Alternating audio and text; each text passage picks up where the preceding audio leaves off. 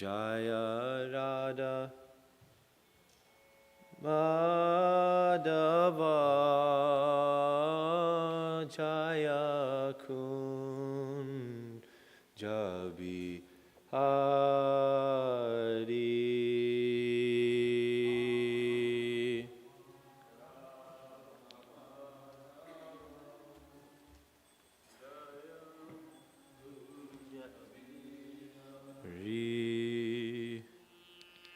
Jaya Gopi Janavalabha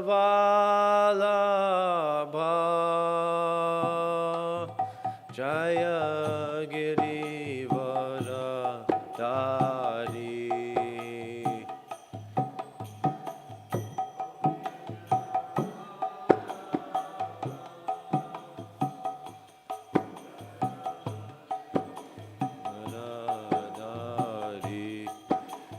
Jaya Gopi Janavalabha Jaya Girivadadari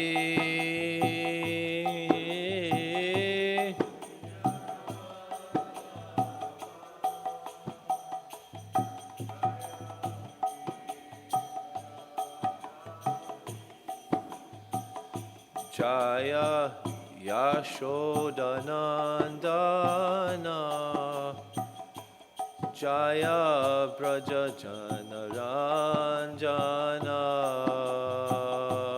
Jaya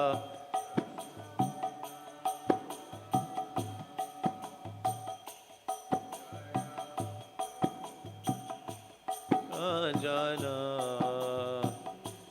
Jaya Yashodanandana Jaya Braja Janaranjana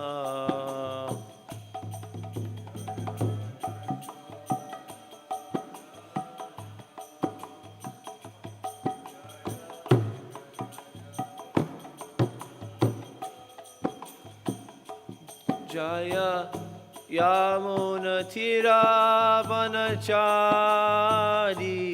Jaya Kunja Bihari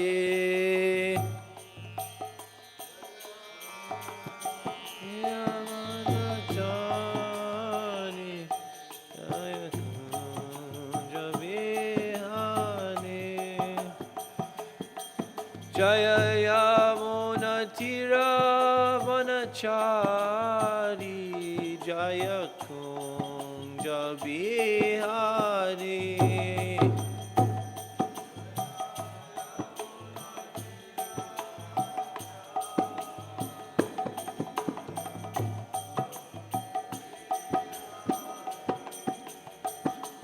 Jaya Jaya Radha Madhava Jaya Kunja Bihari Jaya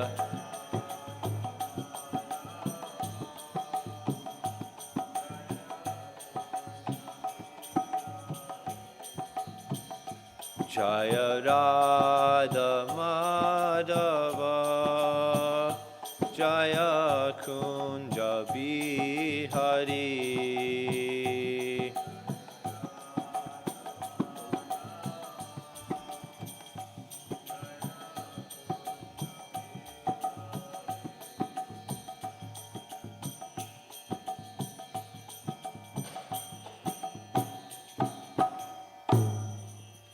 Jayam Vishnupad Paramahamsa Parivajikacharya Stotarishad Shri Srimad His Divine Grace A.C. Bhaktivedanta Swami Srila Prabhupada Ki Jai Vishnupad Paramahamsa Parivajikacharya Stotarishad Shri Srimad His Divine Grace Srila Bhakti Santa Saraswati Thakur Prabhupada Ki Gaur Premanandi Om Namo Bhagavate Vasudevaya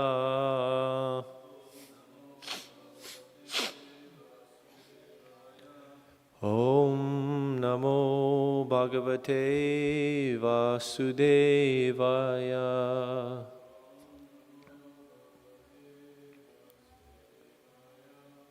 Om Namo Bhagavate Vasudevaya.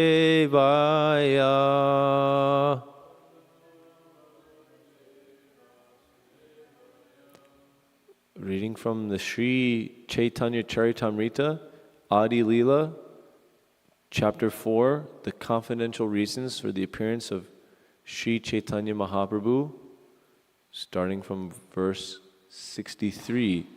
Is it on the board? If you get the streaming phone, it'll stream to this TV very easily because they're on the same network. So I'll wait for that. And I'll chant the Mangalacharan, I guess.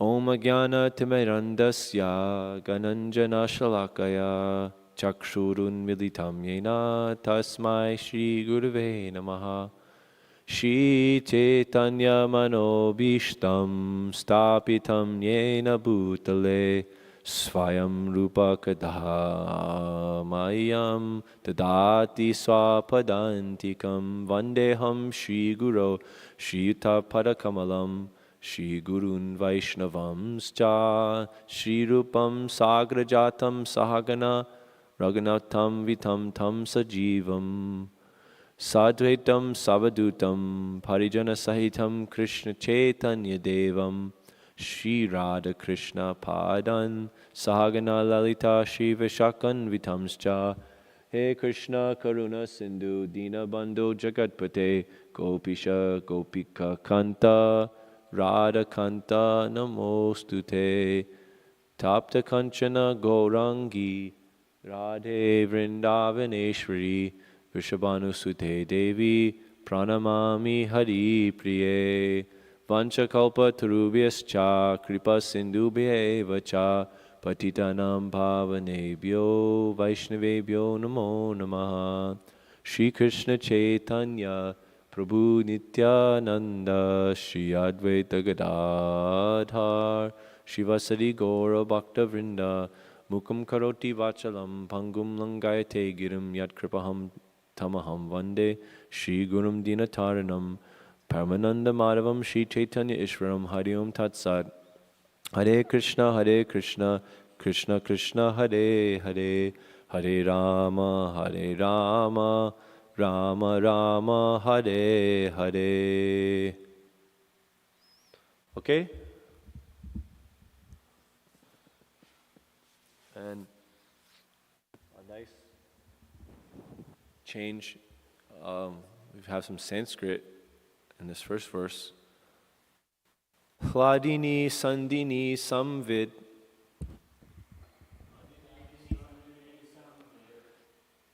Tyaeka Sarva Samstito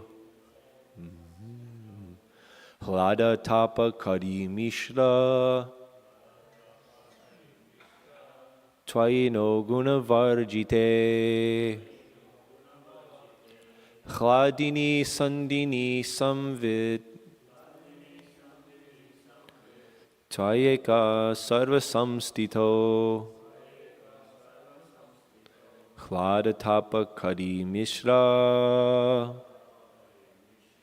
Twaino Guna Varjite Hladini Sandini Samvid Tvayeka Sarva Samstito Hladatapa Kari Mishra Twaino Guna Varjite.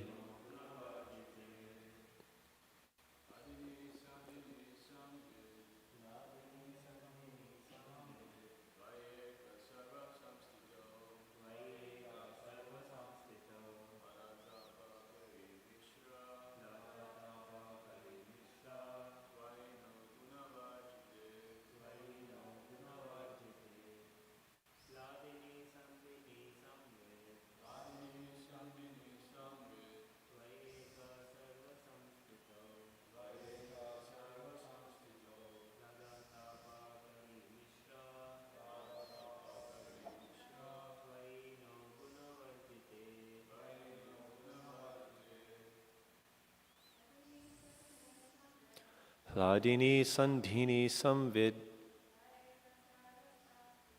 Tvayeka Sarva Samstito Paratapakari Mishra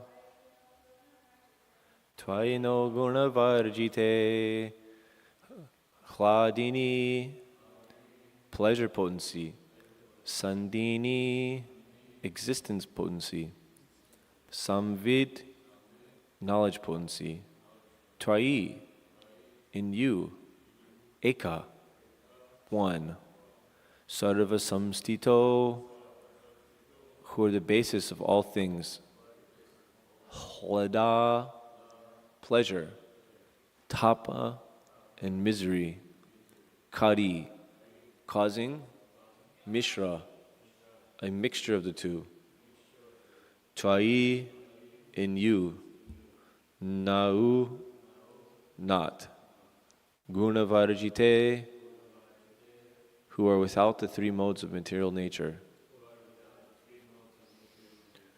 O Lord, you are the support of everything. The three attributes, Hladini, Sandhini, and Samvid exist in you as one spiritual energy, but the material modes which cause happiness, misery, and mixtures of the two do not exist in you, for you have no material qualities.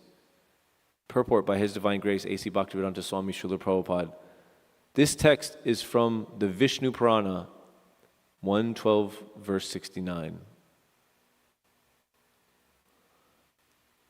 And now we're to the next few verses, this Bengali.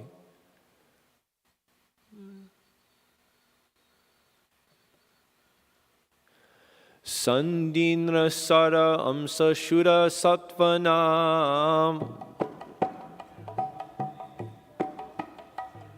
Sandira Sara Amsa Shura Sattvanam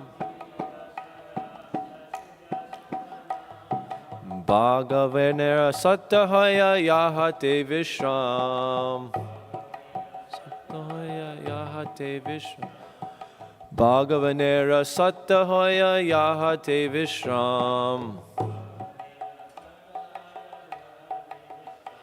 Mata Pita Sthana Griha Sayasana Ar Mata Pita Sthana Griha Sayanasa Ar Esaba Krishnera Shuddha Satvera Vikar Mata Pita Sthana Griha Sayana Sanar Esaba Krishnera Shuddha Satvera Vikar.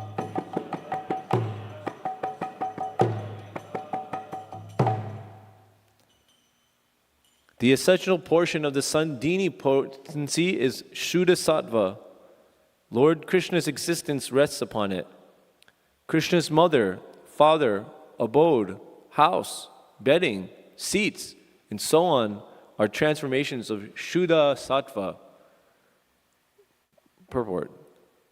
Lord Krishna's father, mother, and household affairs are all displayed in the same Vishuddha Sattva existence. A living entity situated in the status of pure goodness can understand the form, qualities, and other features of the Supreme Personality of Godhead. Krishna consciousness begins on the platform of pure goodness. Although there is a faint realization of Krishna at first, Krishna is actually realized as Vasudev, the absolute proprietor of omnipotence, or the prime predominating deity of all potencies. When the living entity is situated in Vishuddha Sattva, transcendental to the three modes of nature, he can perceive the form, quality, and other features of the Supreme Personality of Godhead through his service attitude. The status of pure goodness is the platform of understanding, for the Supreme Lord is always in spiritual existence. Krishna is always spiritual. Aside from the parents of the Personality of Godhead, all other paraphernalia of his existence are also essentially a manifestation of Sandhini Shakti, or a transformation of Vishuddha Sattva.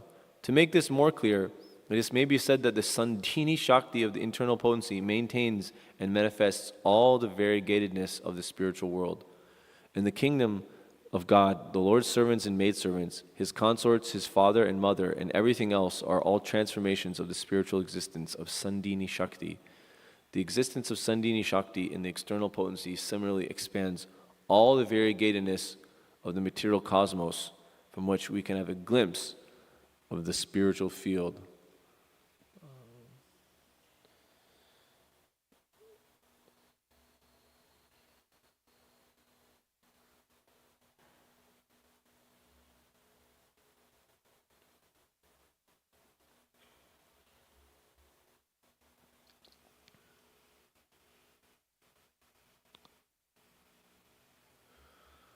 One sec, a verse just came to my mind, but I have to search for it.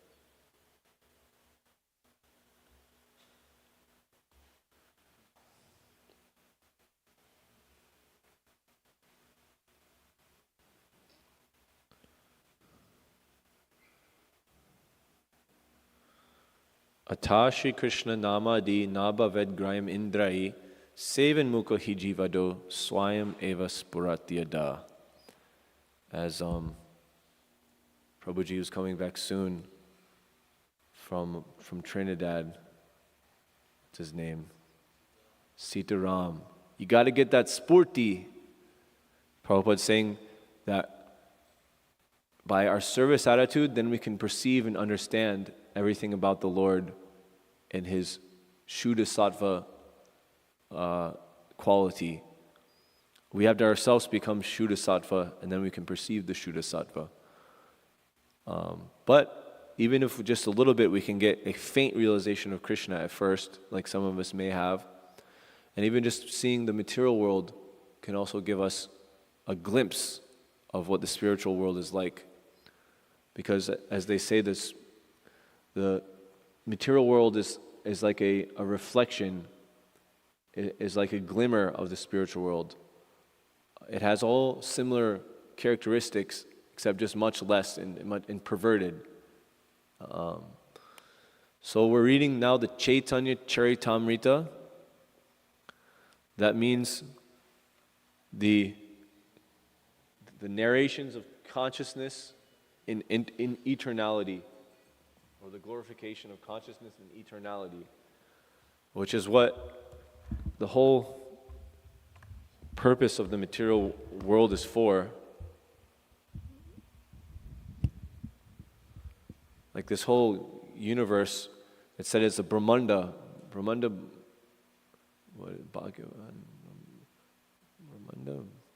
Brahmite Bhagavan Jiva Kon Guru Krishna Prasade Pai Bhakti Lata Bij. What is that shloka? Chainanda, do you know shlokas? That somehow, by good fortune, if the jiva is wandering through the material world, he gets the mercy of Guru, and by the mercy of Guru, he gets the mercy of Krishna. So this whole universe is essentially a training ground.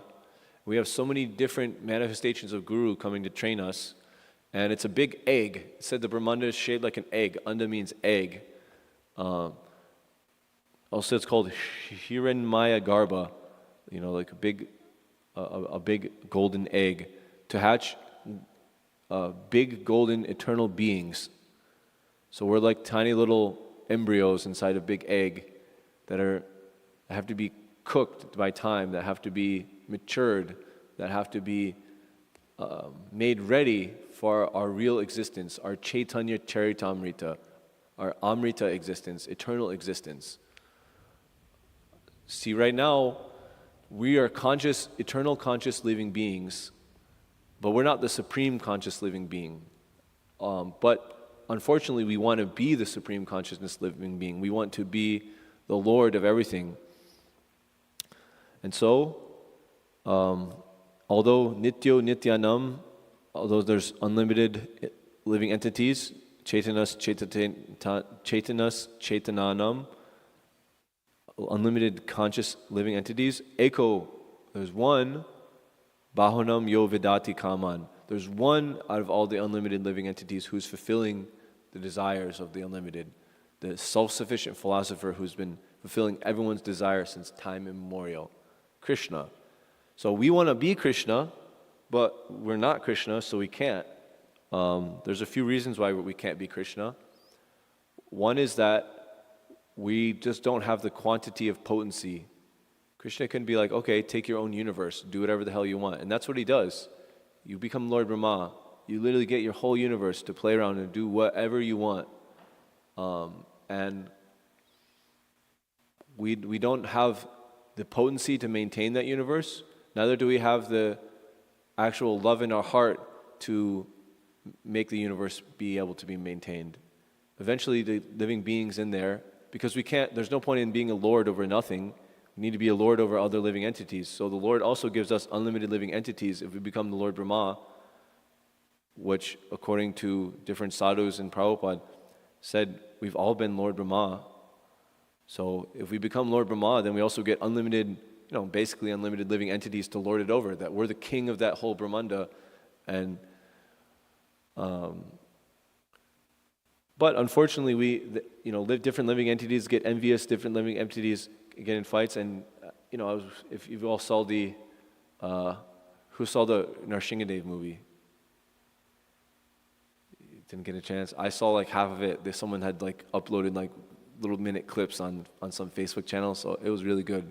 Whatever, I didn't see the whole thing, but whatever I saw was really fantastic, and I can't wait till they come out with all the other versions. But in there we see how Lord Brahma has to clean up his mess. He kind of screwed it up. He's constantly screwing it up. He's trying to maintain all the equilibrium between all living entities, and then you have this one living entity that somehow becomes so powerful that just because of his tapasya, I don't know exactly how it works, but somehow if you just stand in one place and just meditate on one thing for a really long time, the whole universe begins to deform, and everything heats up and everyone starts complaining. And so it happened multiple times with different people, but in this situation, Hiranyakashipu getting really, really powerful.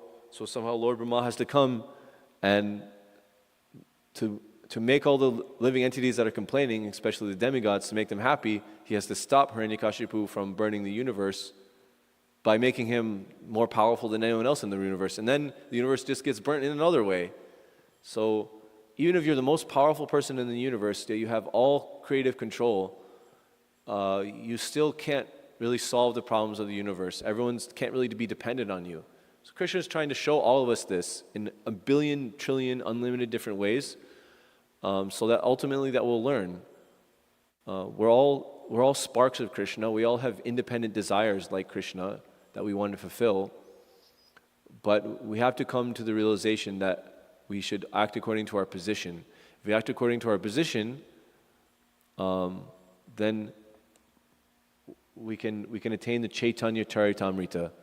We can attain the Vishuddha Sattva, and we can understand the Lord, and we can actually exist and coexist eternally with many unlimited other living beings, which is that's our right, our birthright, and our nature, and that's what we're all hankering for, is to have eternal loving relationships with unlimited living entities and with Krishna in the center. But unfortunately, now we all have the mentality, better to reign in hell than to serve in heaven. We all have this satanic, demoniac mentality that we know what's better, that we are God, that we are powerful. And so the Lord gives us this playpen, and the Lord creates, He creates the what is it called? The Mahatattva, sometimes called Brahma. And in there He makes the different modes of material nature. And in this Vishnu Purana verse, the first verse we talked about, the three attributes, Hladini, Sandini, and Samvit, exist in you as one spiritual energy. But the material modes which cause happiness, misery, and mixtures of the two do not exist in you, for you have no material qualities. So the mode of goodness causes pleasure. Tatra sattvam nirmilatvat pakashakam anamayam sukha sangena bandhati jnana sangena chanangaha. So that sattva guna, when we're actually established in it, we become pure, we become intelligent, we see all the problems of the universe, and we know more or less how to solve them. So then we become happy, sukha sangena. And unfortunately, any sattva guna that we try to develop, like I said, we all started out as Lord Brahma, according to some devotees, and if we started out as Lord Brahma, that means, guess what? We're pretty much pure sattva guna as much as possible in the material world. Lord Brahma is like, if you're in like the lowest material body, you're like pure tamagun, like a tree or a rock. Some people can become rocks actually. Some rocks have some just faint, sleeping, almost dead, practically unconscious consciousness. Everything is conscious actually. There's nothing that's unconscious. But that's the lowest. And as you perform the right activities, like I said, this Brahmanda is a training grounds. It's like a playpen. As you perform the right activities and cultivate more Shuddha, more Sattva gun, you rise up, and you can become an animal, and you get a little more freedom. The animal can at least run around. Although, as we know, animals don't really have that much freedom. They're just bound by their senses. Similarly, a human bound by the pulling of their senses is also like an animal. Prabhupada constantly criticizes that, if you're going to just be going but leashed by your senses and just whatever tug, you just go wherever it tugs you, then you're not different than an animal. The purpose of human life is to actually realize higher things, to realize how to attain immortal relationships, how to actually attain divine love, how to attain divine qualities, how to attain divine perception. And so, even if we become a perfect brahmana with all the sama, dhamma, karuna, tidikshava, all these different things, merciful, giving out knowledge and perfectly situated Brahminical guru for everyone and so happy and it doesn't matter. Still, due to the contaminated nature of this material world, and the sangha will automatically get, even if we perfectly cultivate Shuddha Sattva, not Shuddha Sattva, but like Sattva gun, we're going to have contamination by connecting with others. Even just thinking about something else will cause contamination in our subtle body. And so we will eventually have to die. Even if we're Lord Brahma, which is the most sattva gun person there could be in the material universe, he also has to die. His death is not that bad. It's not like some gruesome thing, but still he has to forced to leave that body of pure intelligence. It said that Lord Brahma's body is pure intelligence. And just like our minuscule brains can hardly fathom his huge lifespan, in a similar fashion, compared to our intelligence, our lifespan compared to his lifespan is a similar ratio of our intelligence compared to his intelligence. So, and he's got foreheads too. We just have a forehead. And so, this topmost mode of goodness will eventually come to an end. What to speak of everything else below that? So the Shuddha Sattva, or the Sattva gun, it does teach us some things. Sattva gun brings us cessation from pain. Like, we don't want pain. Do you want to suffer? Raise your hand if you want to suffer. I mean, actually, it's kind of like a catch-22 question, because if you actually want to suffer, then is it really suffering? Like, sometimes people are, what is it called, masochistic, or they enjoy their own suffering. I can't remember the exact name. But then if you're enjoying your own suffering, then it can't really be said to be suffering. Then you'll suffer your enjoyment. I guess, I don't know, is it backwards for them if they enjoy something and it's suffering? Oh, this ice cream tastes so good, I hate it. I don't know. But everyone in this room, everyone in this building, everyone walking down the street, everyone that you're going to see today, what all of them are doing is they're wearing a big sign and they're saying, this is what I think is the best way to make myself the most happy and the least sad. Whatever they're doing, that's what they're doing. Whatever adjustments their mind are making or doing, everyone's just trying to be the most happy. But unfortunately, they are, too ingrained in these material modes. The pleasures which Savagun brings also come with the pains which passion and ignorance bring. It said that, when you eat foods in the mode of passion, they just bring pain to the body. Or you're doing tapasya for a sake other than just for the sake of doing it, for the sake of the scriptures, for the sake of the Lord. If you do tapasya, Gandhi was like a good example of doing tapasya in the mode of passion and ignorance.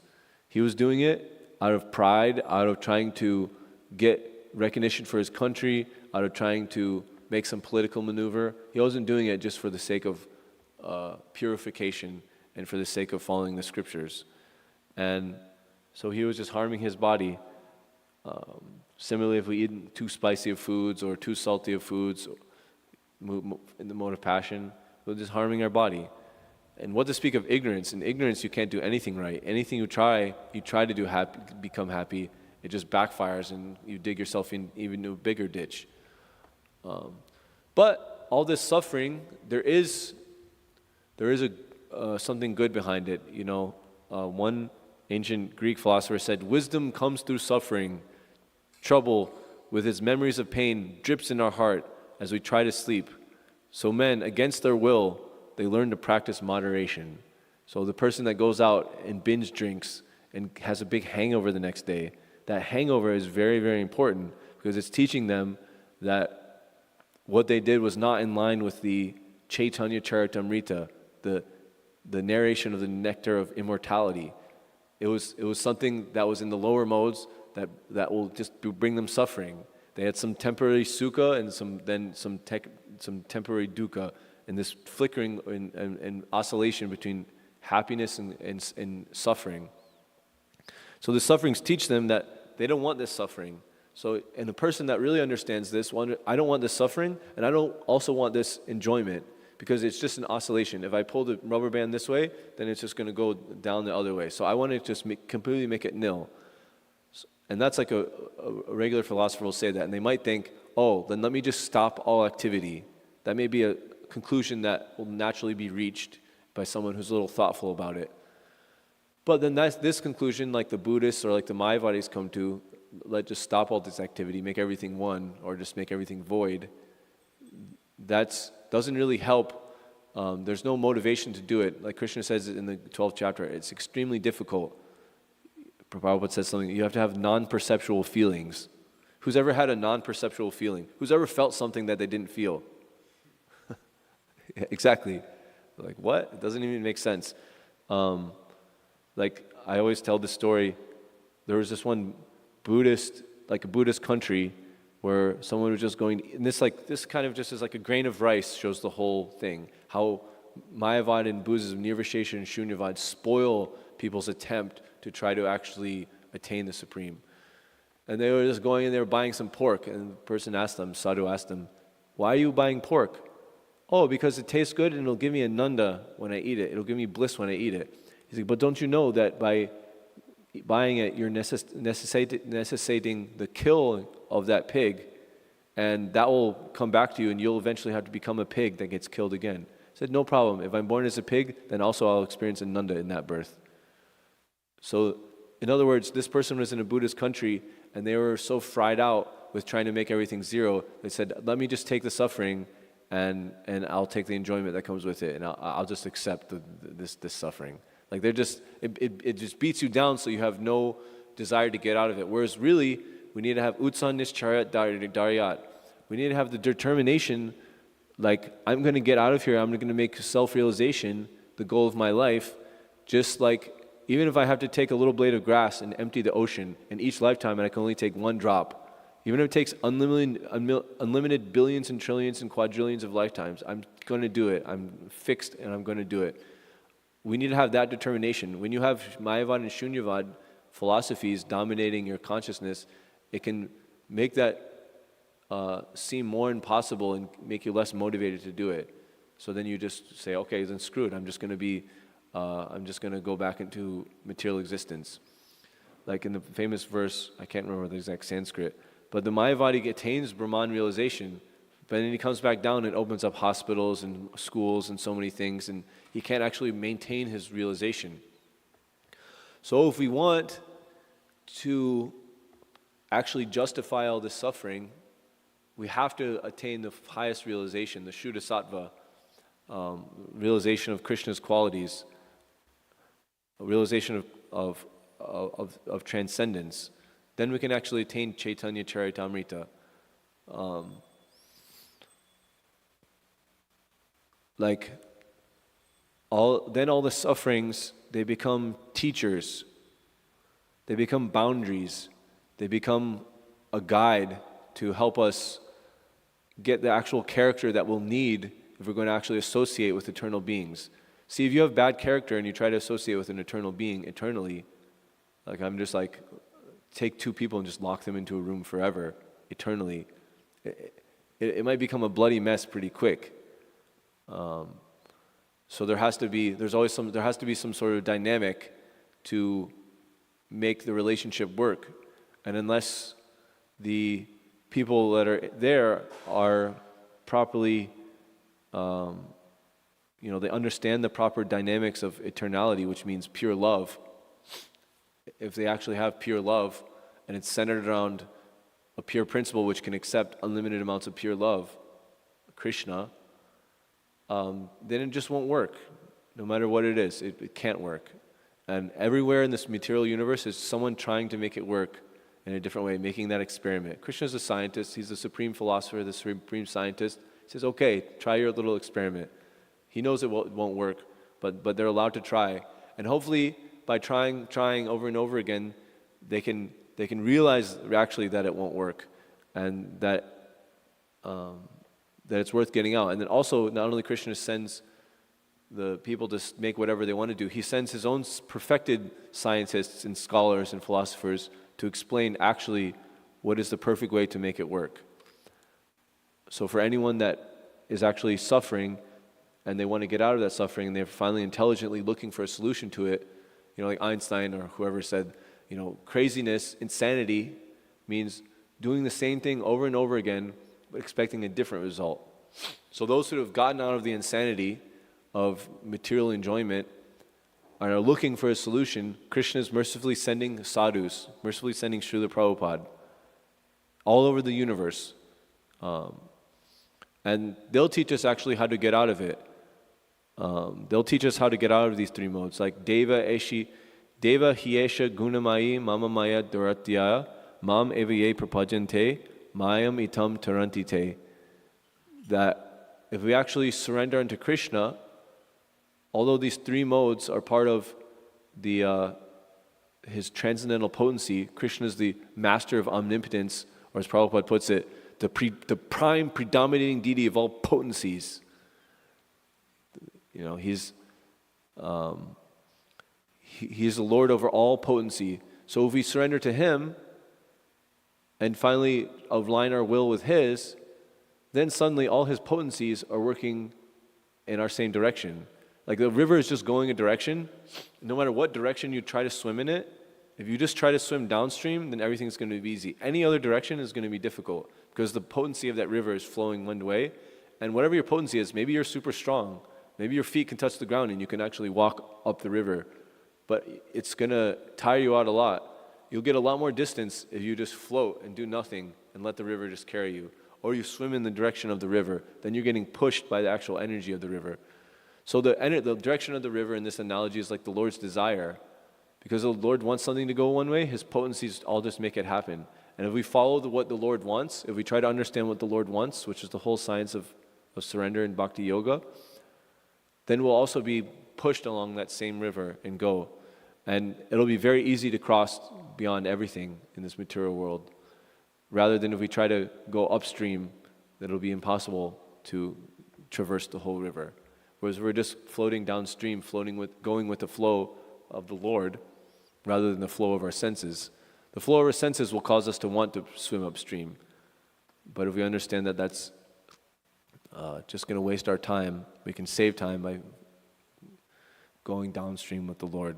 And by serving the Lord, becoming fully transcendent, we can completely go beyond these modes.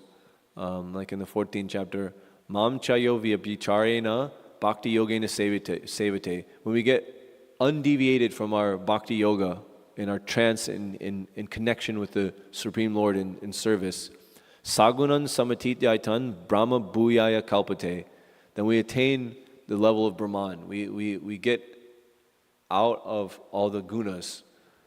We transcend the gunas. And we become fully transcendent, when we become a master of existing in reality, then we're fit actually to be in the spiritual world. When we no longer see everyone in the material world in a higher or lower position, when we started as Lord Brahma, everyone to us is a lower position. And as we get more and more contaminated, then we become just in the thick of things, and there's some that are higher than us and some that are lower. And those that are lower than us, we want to lord it over. And those that are higher than us, we hanker for their position. So all that hankering and lamenting goes away. We hanker for their position and we lament that we don't have it. And we stop working, when we become a master of existing in reality, we stop working for sense gratification and the misery that comes with it. All sense gratification is just delayed misery, guaranteed. And we start working for the full, for the Supreme Personality of Godhead, who is full in Himself. Then we also become full in happiness. The Lord is the owner of everything. So if there's any loss in that service, it's the Lord's loss. If there's any gain, it's the Lord's gain. Just like if Jayananda's working at the cafe and they make $1,000 that day, or they only make 500. Either way, he's still working. It's the Lord's loss and it's the Lord's gain. He just has to do his best, and everyone's happy. And we never aspire for anything, because we know we always have the Lord's service. Whether we lose all our arms and legs, it doesn't matter. We still can serve the Lord somehow. Or alternatively, we grow 10 arms and 10 legs and become super powerful, like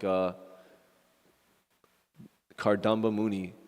He could split himself up into so many different bodies. It's no matter, when we become very powerful, then we just use all that power in the Lord's service. And when we reach that state of consciousness, then we're actually capable of existing with other living entities. Like everyone in the spiritual world, Prabhupada's saying, is in this Vishuddha Sattva. Mata Pitta Stana Griha Sayasana Ar Esaba Krishnera Shuddha Sadvera Vikar.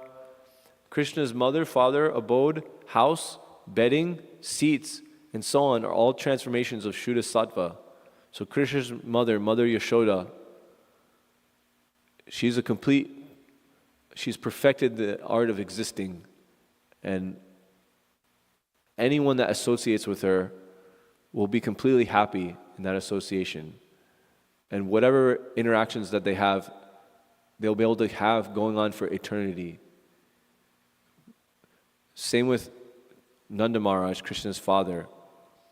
Same with Krishna's home, his abode, his dham. In Vrindavan Dham, it never becomes, if I put you anywhere for eternity, if I put you Mr. Beast does these funny videos where he'll just lock people in the room. I'll give you $100,000 if you can stay in this grocery store for whatever. Every day is $1,000 or something. You just stay as long as possible, or you stay in this. I'll give you $1,000 for every pound you lose if you go work out in this gym for every day. And they give this thing where you're getting a lot of money, which is it's a good proxy for happiness. It's not money isn't happiness, but money for a lot of people is a lot of things. They'll do a lot of things for money, and you see that. And even in these ideal places, he'll make some really nice place that someone can stay, they have all their needs taken care of. Apparently, all their needs taken care of. That even after 30 days, 60 days, they get fried out, and even getting another $3,000 just for existing. It's not enough to motivate them, and they end the video, they end the contest. And so, but Krishna's abode, Vrindavan, is not like that. Krishna's abode is completely pure, is completely amazing, it can always satisfy. And even other places, other transcendental places that they go, Krishna is always attracted to Vrindavan. All the residents of Vrindavan don't want to leave Vrindavan because everywhere else is not enough. And Krishna's house is the same. I haven't read so much about his house, but it's the same Shuddha-sattva status. His bedding, Shuddha-sattva status, his seats, and so on are all transformations of Shuddha-sattva. Like Mother Yashoda loves Krishna so much, she's worried about his development.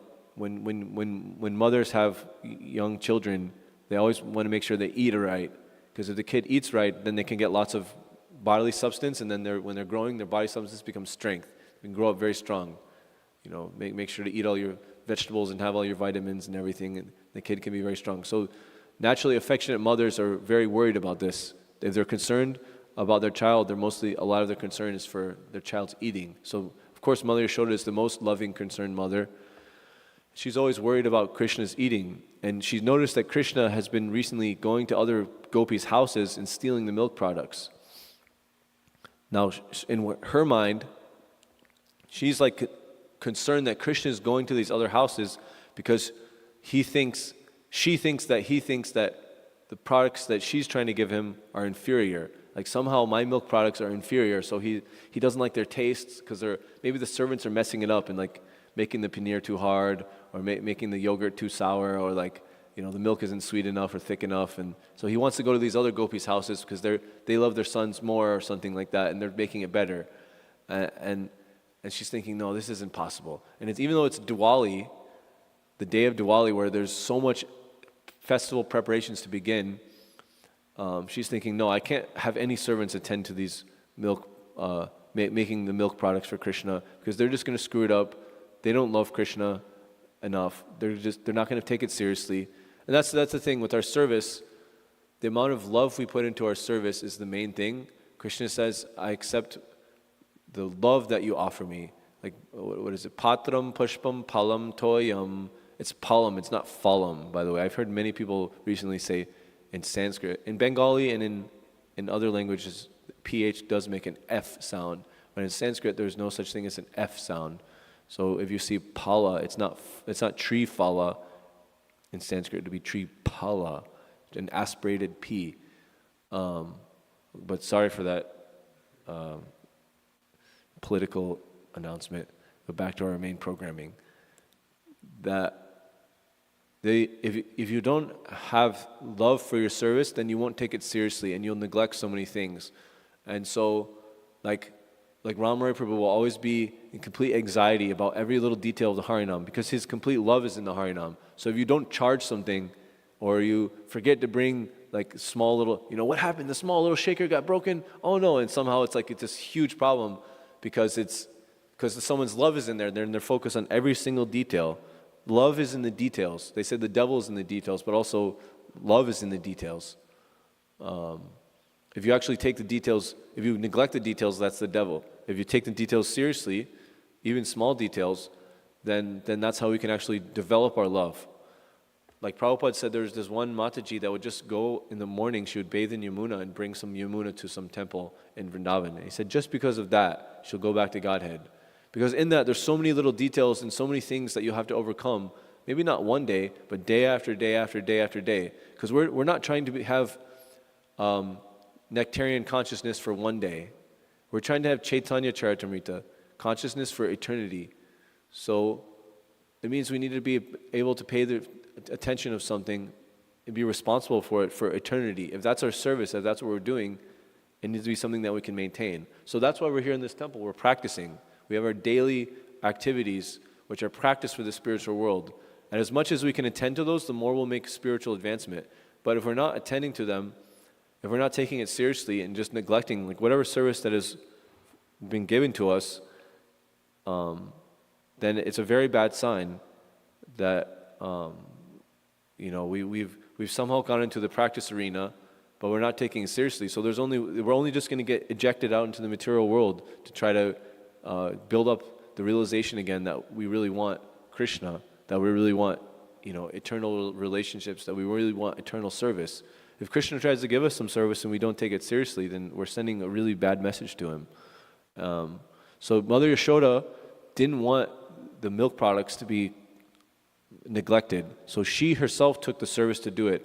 And so she has special cows, which they graze in special fields, and they eat special grass that's specially made in there, and they're specially colored as well. And so therefore they give this extremely special milk. So she's thinking, let me use this milk. No other gopi has this milk. No other gopi has this field. No other gopi has this grass. I'm going to use these.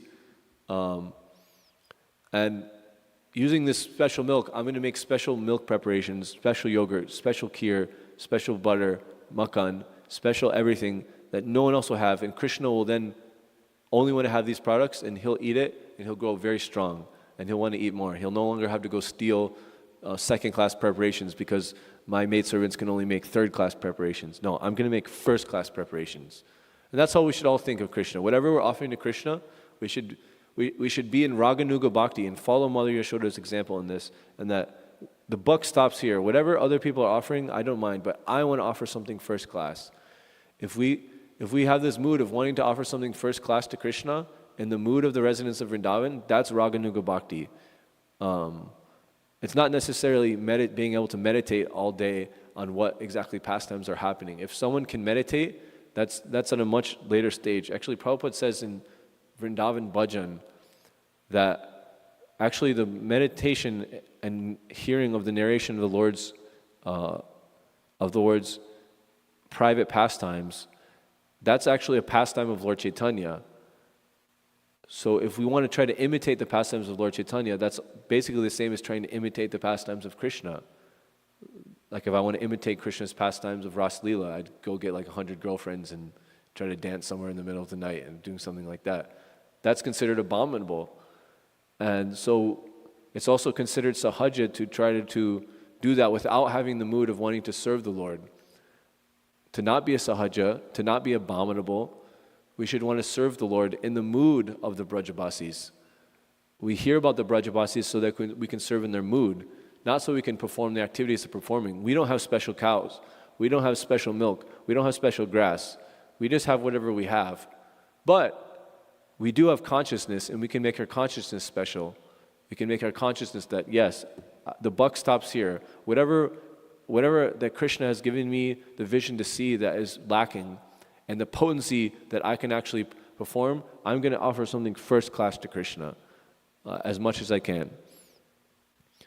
And so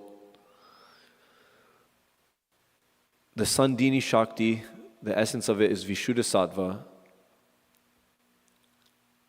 And if we enter into devotional service with this mood, we can then actually get the realization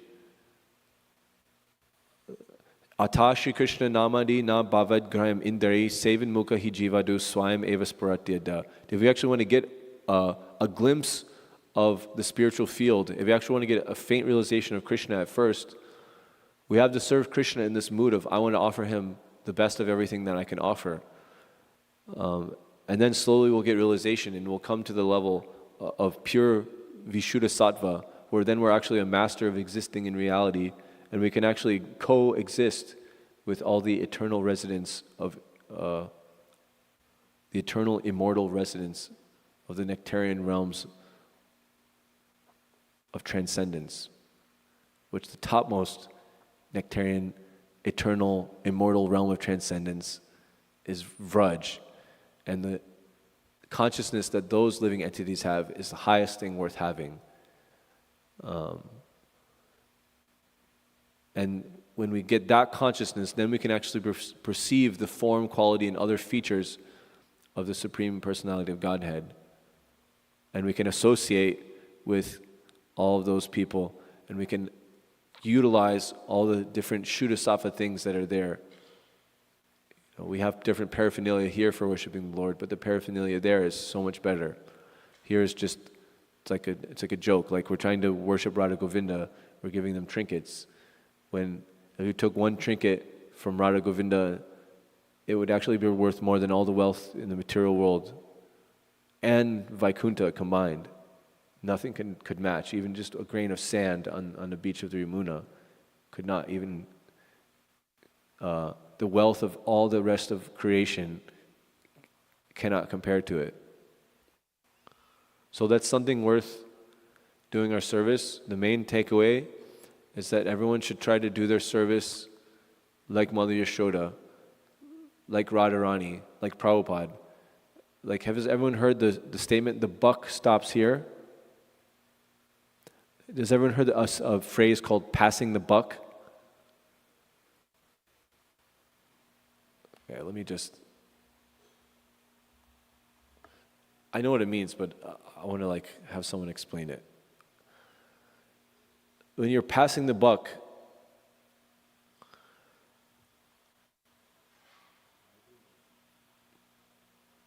it means you're shifting responsibility to someone else. Like, if it if it started flooding in here, and none of us knew what to make a decision, so everyone was looking at me, and I was like, no, what do you think we should do? And then she was like, no, what do you think we should do? And we just all keep passing the buck, who's gonna actually be the authority, who's actually gonna make a decision, who's actually gonna do something. That's called passing the buck. Or if we don't, I don't know what's gonna happen, and then we just get lost in indecision. Giant will figure it out. And Giant's me figure it out. No, Jayananda's gonna figure it out. And then Jayananda's I'm not gonna figure it out. You guys are Gita Life, you figure it out. No, Gita Life not gonna figure it out. You know what? Yuga Dharma Ashram's gotta figure it out. Yuga Dharma Ashram, no, the temple management will figure it out. It's their job. And we just keep passing the buck like that, and then nothing gets done. It's not good. But if we say the buck stops here, that was a famous, let me see, where did, passing the buck origin. It's an idiom.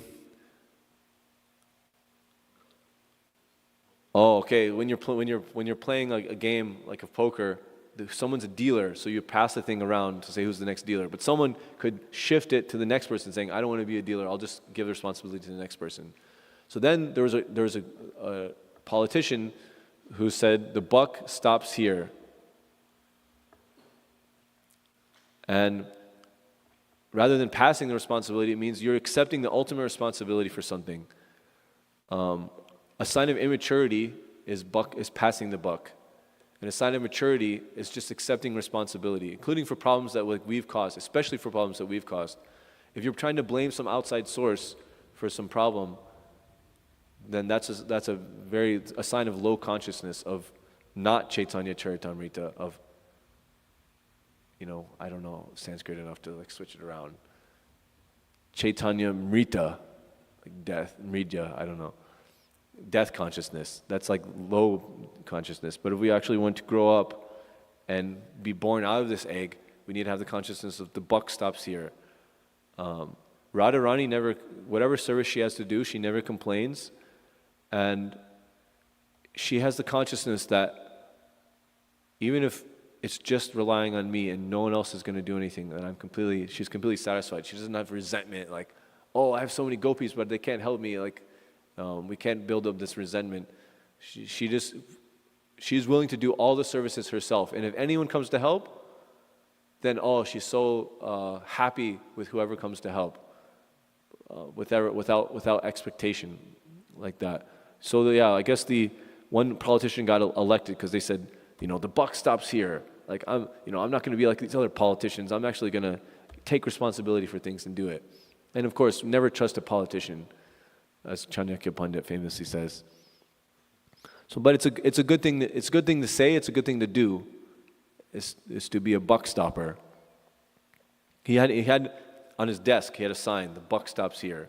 So all of us have a desk in the office of Krishna's service. We all have our portfolio. We all have the paper's incoming service and the outgoing thing that we did.